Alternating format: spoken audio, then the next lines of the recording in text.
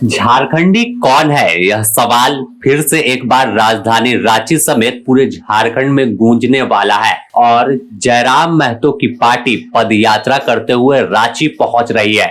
और राजधानी रांची में सीएम और गवर्नर के सामने टाइगर जयराम की हुंकार सुनाई देगी। वह पूछेंगे कि आखिर 1932 आधारित स्थानीय नीति पर कब आगे सरकार बढ़ेगी, आखिर पेच फंसता है तो उसका हल कैसे होगा। दरअसल 15 मई को संथाल परगना प्रमंडल से यानी दुमका से जेएलकेएम की पदयात्रा शुरू हुई, जिसमें 1932 आधारित खतियान स्थानीय नीति, नियोजन नीति और विस्थापन नीति लागू करने की मांग है।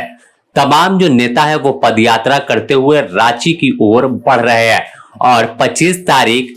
यानी रविवार को उनकी पदयात्रा रांची पहुंचेगी और रांची के राजभवन स्थित जाकिर हुसैन पार्क के पास जो धरना स्थल है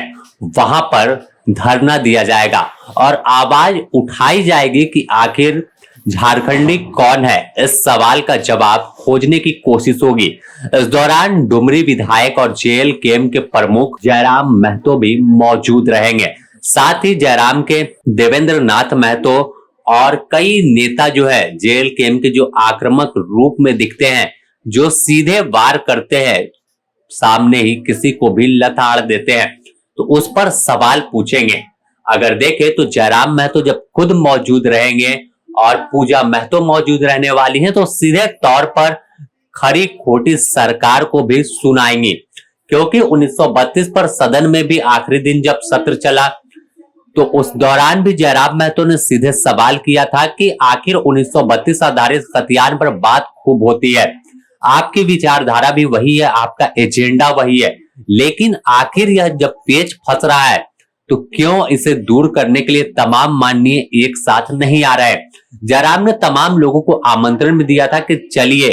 केंद्र सरकार के पास, सदन के तमाम प्रतिनिधि चलेंगे और वहां मांग करेंगे कि हमारी पहचान को बरकरार कीजिए, हमारी पहचान को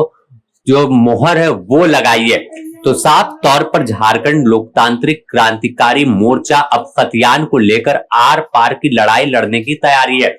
और तमाम इस पद यात्रा में बड़ी संख्या में लोग शामिल हो रहे हैं, क्योंकि तमाम झारखंड के स्टूडेंट जो हैं या फिर जो झारखंडी हैं, जो मूलवासी हैं, उनका जमावड़ा इनके साथ दिख रहा है और रांची में जब धरना होगा तो एक बड़ा हुजूम देखने को मिलेगा। अगर बात जयराम महतो की करें कि जब पार्टी इनकी नहीं बनी थी जेएलकेएम जेबीकेएसएस, तो उससे पहले यानी अब से 3 साल 4 साल पहले भी जयराम महतो इसी 1932 आधारित खतियान पर स्थानीय नीति, नियोजन नीति की मांग कर रहे थे। आंदोलन इनका बड़ा होता चला गया और लोगों इनके साथ जुड़ते चले गए।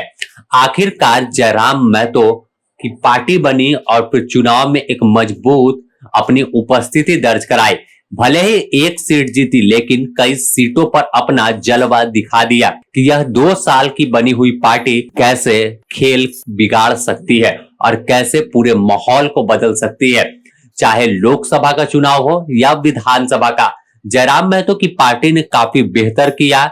कई जो दिग्गज थे उन्हें सेकेंड पर छोड़ दिया, तो कई जो थे वो थर्ड पर चले गए और जयराम सेकेंड पर रहे। भले ही जीत ना मिली हो, लेकिन एक मजबूत छाप छोड़ा और इन तमाम चीजों का कारण है कि इनका मुद्दा, क्योंकि यह झारखंड की भावनाओं से जुड़ा हुआ मुद्दा है। हर झारखंडी चाहता है कि